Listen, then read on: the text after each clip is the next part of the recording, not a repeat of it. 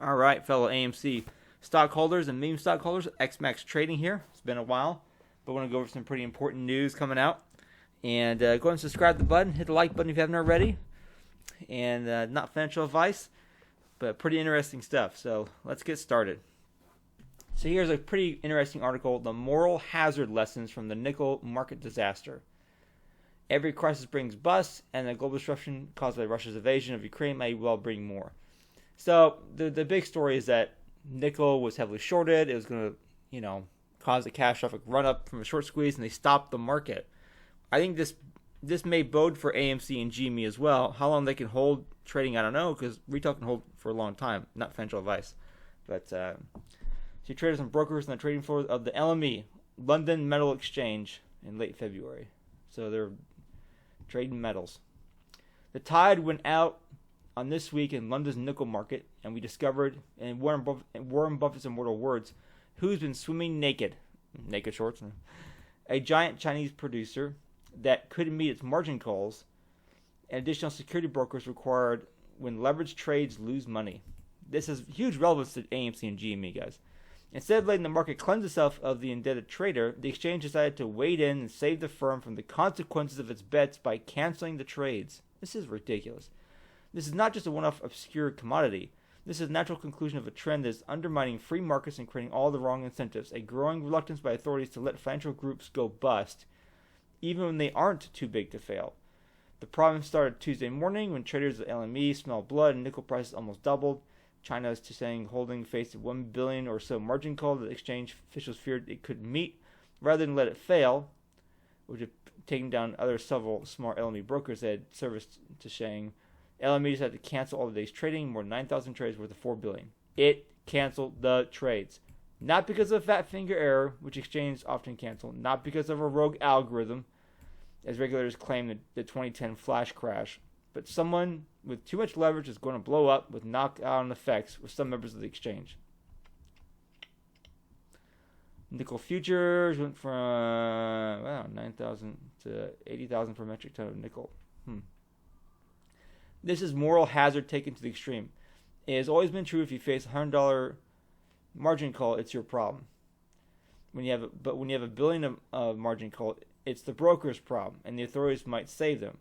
What is most unprecedented here is the exchange authorities decided to save them with money taken from other traders who otherwise would be sitting on fat profits. I say almost unprecedented because it's happened before. Arch speculator Jay Gould, dubbed the most hated man in America, bribed Senator William Boss Tweed and corrupt New York judges in 1869 to delay settlement on his gold dealings and so avoid losses after his efforts to corner the market collapsed. Moral hazard is nothing new to the market. Of course, usually resulting from a choice to inflict long-term damage to incentives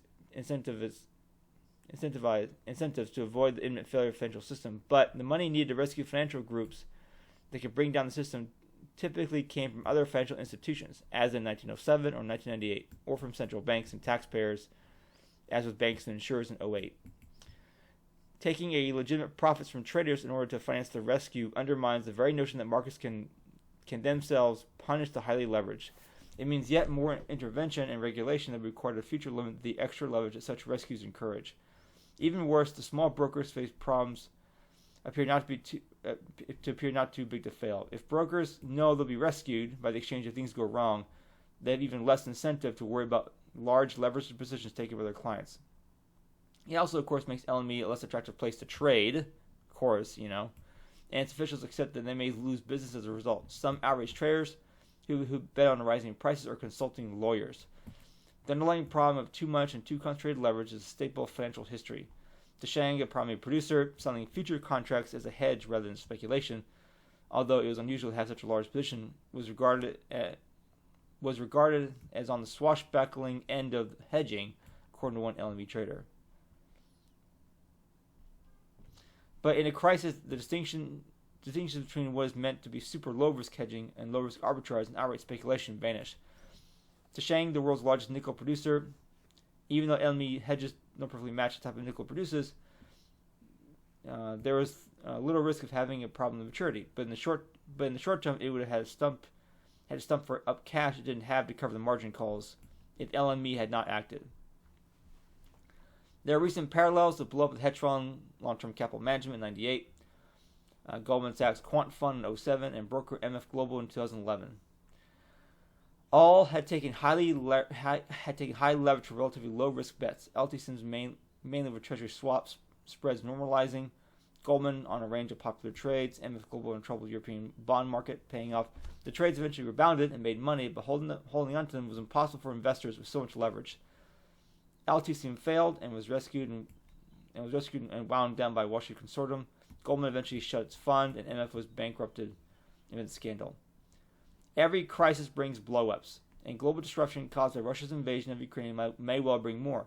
There are times when we have to hold our noses and rescue too big to fail, but they should be few and far between because the moral hazard is real. The danger of the free market is that governments, regulators, and in the case of nickel, the exchange itself are setting the bar for bailout lower in every crisis. Man, I agree with this. You guys let me know in the comments below what you think.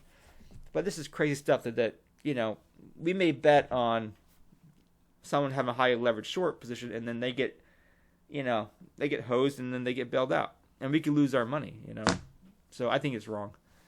Let me know in the comments below. Hit the like button. Also, LME nickel trading halt is big short. Big shorts are getting into big trouble. So this is Reuters. The LME has been forced to suspend trading in nickel contracts as pricing the chaotic overdrive. LME nickel, the primary hit 100,001 tons from just 30,000 per ton on Friday. Contracts suspended 80,000. And the first time LME nickel has been suspended, exchanges had to halt briefly in 1988 after the crash price rose by 50%. Back then, it was absence of sellers that broke nickel. Today, it's one big seller of nickel. The big short, as LME broker speculative and noted clients on Monday, is not a demand or a fund-led rally. It is margin and pain. The big short has been submerged into a perfect bull storm and is now struggling to meet ballooning margin calls. The ferocity of price action in the last 24 hours speaks to forced liquidation of positions, a buyback of liquidity in a volume. The exchange imposed emergency measures across all of its basic metal suites at the close of Monday, providing a daily lending cap and potential for deferred short delivery.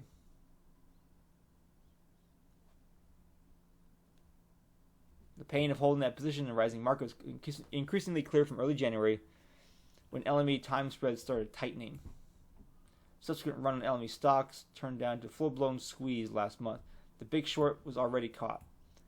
Deshang, a huge market producer from Indonesia, operations none of its metal in the right form of LME delivery. And there was a perfect storm with the war. Yeah, big short. Crazy, guys, crazy. I think this holds a lot of relevance to AMC and GBTC. Let me know what you think in the comments below, and we'll see you in the next video. Bye.